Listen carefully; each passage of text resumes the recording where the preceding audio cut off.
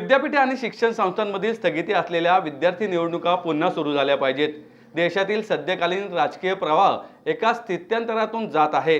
अशा परिस्थितीत राजकीय पटलावरील भावी युवा नेतृत्व घडवण्यासाठी भारतीय छात्र संसद महत्त्वपूर्ण योगदान देऊ शकेल, अशी अपेक्षा भारत सरकारचे कायदा आणि न्याय राज्यमंत्री प्राध्यापक SP सिंह बघेल यांनी व्यक्त केली आहे। भारतीय छात्र संसद foundation, MIT school of government आणि MIT वर्ल्ड पीस युनिव्हर्सिटी आयोजित 12व्या छात्र संसदेच्या उद्घाटन प्रसंगी ते प्रमुख पाहुणे म्हणून बोलत होते। इस्रोचे माजी अध्यक्ष डॉक्टर कैलास वादिव्यू-सिवन, पर्यावरण अभ्यासक पद्मभूषण डॉक्टर अनिल प्रकाश जोशी, JK उद्योग समूहाचे CEO अनंत सिंघानिया व प्रसिद्ध शास्त्रीय गायिका श्रीमती कौशिकी चक्रवर्ती हे सन्माननीय अतिथी म्हणून उपस्थित होते। तसेच MIT वर्ल्ड पीस युनिव्हर्सिटीचे संस्थापक अध्यक्ष प्राध्यापक डॉक्टर विश्वनाथ कराड, कार्याध्यक्ष व मिटसॉंगचे संस्थापक राहुल विश्वनाथ कराड, कुलगुरू डॉक्टर RM चिटणीस, MIT शिक्षण संस्था समूहाचे अधिष्ठाता प्राध्यापक शरदचंद्र दराडे पाटील, पंडित वसंतराव गाडगे व मिटसॉंगचे संचालक डॉक्टर K गिरीसन हे उपस्थित होते।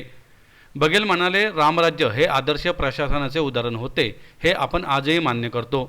MIT विद्यापीठासारख्या शिक्षण संस्था यापुढे देशाला विश्वाच्या पटलावर विश्वगुरू ही संज्ञा प्राप्त करून देण्यात महत्त्वाचा वाटा उचलतील, यात शंका नाही। K सिवन म्हणाले, अंतराळ संशोधन आणि विज्ञान तंत्रज्ञान हे फक्त रॉकेट, क्षेपणास्त्रे, उपग्रह प्रक्षेपकांच्या निर्मितीपुरते मर्यादित नाही। या ज्ञानाचा, संशोधनाचा उपयोग ग्रामीण भागातील सर्वसामान्य जनतेला होणे गरजेचे आणि महत्त्वाचे आहे। अनंत सिंघानिया म्हणाले, आगामी काळात मी केवळ आत्मनिर्भर भारताचे स्वप्न न पाहता सारे जग आपल्यावर अवलंबून असल्याचे चित्र पाहत आहे। डॉक्टर अनिल प्रकाश जोशी म्हणाले, दिल्ली आपली राजकीय राजधानी आहे, मुंबई आपली आर्थिक राजधानी, तसाच हिमालय म्हणजे पर्यावरण राजधानी आहे। काही काळापूर्वी आपण आर्थिक संकटातून जात होतो, आज आपण पर्यावरणीय संकटातून जात आहोत। पर्यावरणाचे संवेदनशील मुद्दे अधोरेखित करण्यासाठी आम्ही मुंबई ते उत्तराखंड अशी सायकल रॅली काढत आहोत। कौशिकी चक्रवर्ती यांनी छोटे गाणी मनोगतात संगीताच्या माध्यमातून जीवन समजून घेण्याचा प्रयत्न सुरू असल्याचे सांगितले।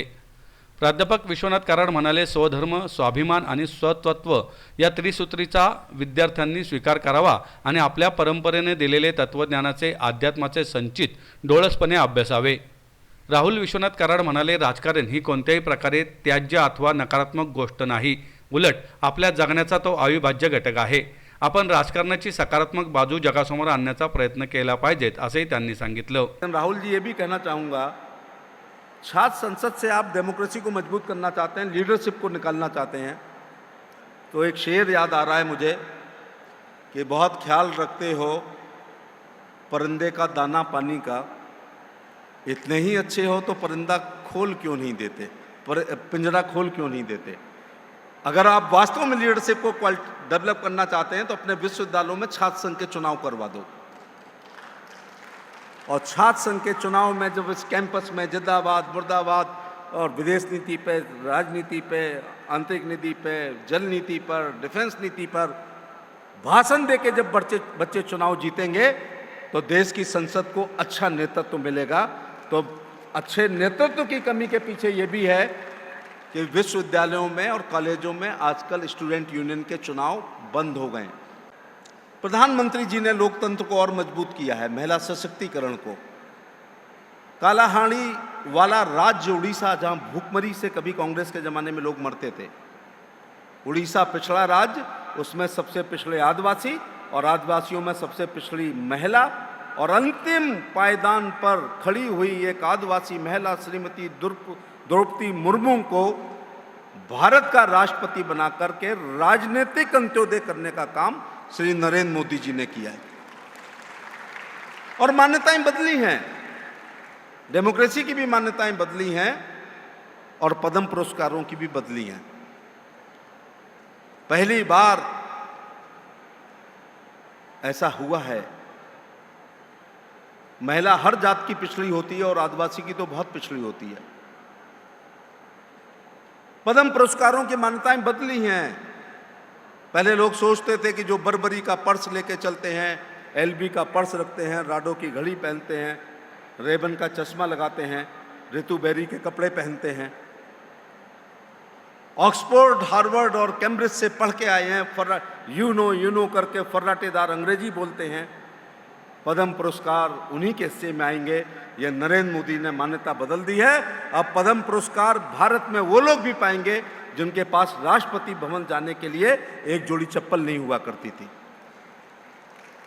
देश बदल रहा है, आगे बढ़ रहा है। मैं अच्छे नेतृत्व को खतरा है, लेकिन मैं जब भी मेरिटोरियस बच्चों के प्राइज डिस्ट्रीब्यूशन में पिछले 24 साल से जाता हूं तो धीरे से कान में पूछता हूं, क्या बनना चाहते हो? डॉक्टर, इंजीनियर, शिक्षक, IAS, IPS, IFS, IRS, scientist, CA. एक बच्चे ने आज तक नहीं कहा कि मैं एमपी और एमएलए बनना चाहता हूं, मैं सीएम और पीएम बनना चाहता हूं। आज तक के इतिहास में किसी ने नहीं कहा। और 20 के कालखंड में किसी ने यह भी नहीं कहा था कि वकील बनना चाहता हूं। शुरू के कालखंड में गांधी जी, जवाहरलाल नेहरू, मोतीलाल नेहरू, कैलाशनाथ काटजू, सरदार पटेल बैरिस्टर थे। बीच में जिसका कहीं एडमिशन नहीं होता था वो लॉ में लेता था। लेकिन मुझे आज खुशी है कि इस पूना में ही इतने अच्छे लॉ कॉलेज हैं कि आज चौथी बच्ची कहती है मैं एडवोकेट बनूंगी। ये भी जुडिशरी को मजबूत करने के लिए, डेमोक्रेसी को मजबूत करने के लिए एक स्तंभ यहाँ से मजबूत हो रहा है। मैं भी इससे अपने को संबद्ध करता हूँ, मैं संबद्ध करता हूँ। लेकिन लोक भाषा पर ध्यान दीजिए, लोक भूषा पर ध्यान दीजिए, लोक भोजन पर ध्यान दीजिएगा। अंग्रेजी रुतबे की भाषा है, माध्यम की भाषा है, नौकरी की भाषा है। कृपया घर में मत आने दो।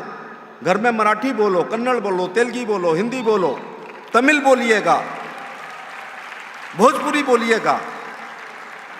आप जिस भारत की बात कर रहे हैं उसको खतरा कितना है? कुत्ते के साथ अंग्रेजी बोली जा रही है, लूसी गो, लूसी सेट। एलीट क्लास की दादियां और नानियां अपने न्यू बॉर्न बच्चे के साथ अंग्रेजी में बात करती हैं और आप भारत की बात कर रहे हो। इसलिए पिछले 63 साल से भारत सरकार चुनता था और इंडिया सरकार चलाता था। ये 8 साल से भारत सरकार चुनता है और भारत ही सरकार चलाता है। इसलिए 12 का बीमा, 30 का बीमा, आयुष्मान योजना, प्रधानमंत्री आवास, ग्रामीण आवास, शहरी आवास, ये सब हम लोग दे रहे हैं। आपके भारत के लिए एक बात कह दूं, खूबसूरत नर्स से बदसूरत माँ हमेशा अच्छी होती है।